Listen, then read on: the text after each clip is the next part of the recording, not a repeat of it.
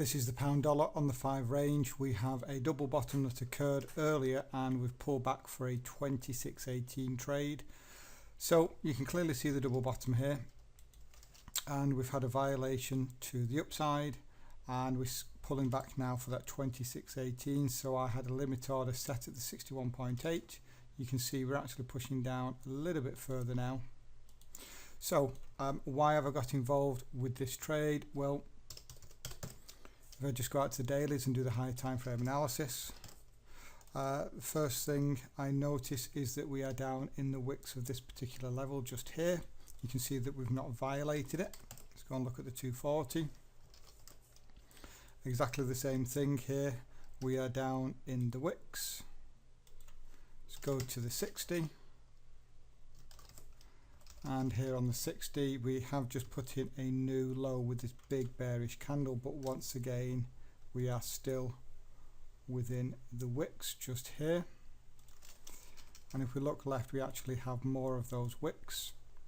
So really anywhere within the wicks is where I want to be looking for double bottoms, head and shoulders, reversal patterns, things like that. Let's go and take a look at the 15. Here on the 15 you can see that we have put in a higher high, higher close candle. Now this is where a little bit of discretion comes in, because this candle wick has come up and already tested the closes of the candles. So you can say on one hand that this trade has already played out and hit the very lows of where you would have expected price to go to, or because we've come into a decent level of structure here, and a decent, I mean we've got these areas here, oops, I rose the wrong way, there and there, then this should be an area where we'd see a little bit more support. We may see a bigger bounce. We just put that structure level on. You can see here as well we do have another test. So it's not a bad area to look for a bounce. And if I put a fib on from our swing high to our swing low, we haven't as yet, from in this leg from the start of it to down to here, we've not retraced to at least a 38.2. Typically we do see a retracement when we come and hit major structure like that. So my bias here, even though we have come up to retest the very lows of that structure level, is that we could still be going a little bit higher. Just drop to the 5 minute. Yeah, you can just about see the double bottom here, but it's a lot clearer on the 5 range. Just fatten this up a little bit. Okay, so clear double bottom. We did not violate the right, did not violate the left. We had the RSI divergence, we had the break above, close above.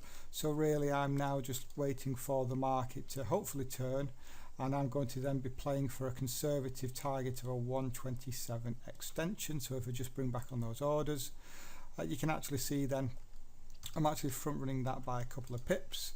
Stop has gone an ATR plus a couple of pips below the low. So it's 22 pips of risk here for a reward of 30. And we're back for the update, and I've just got back in and I was stopped out by 1 pip. This is where my stop loss was. It came down, just tapped it, and from there rallied on up to go significantly higher. What a shame. 22 pip loss, should have been a 30 pip winner. Well, it would have been nice to have been a 30 pip winner. I'm just going to go to the 60. I did say at the part of this video that we haven't had a 38.2 fib in this leg, and we've now hit it. And the reason why I said that was because we've come down into a major structure area when we haven't had a big retracement. One of the main fibs hit, which was a 38.2 as a minimum, and from there we've just seen that bounce up to the 50% mark. So nothing I can do, simply lost. I did give it an extra 2 pips of room on top of the average ATR, but you know, sometimes happens, you get stopped out. So minus 22 pips there.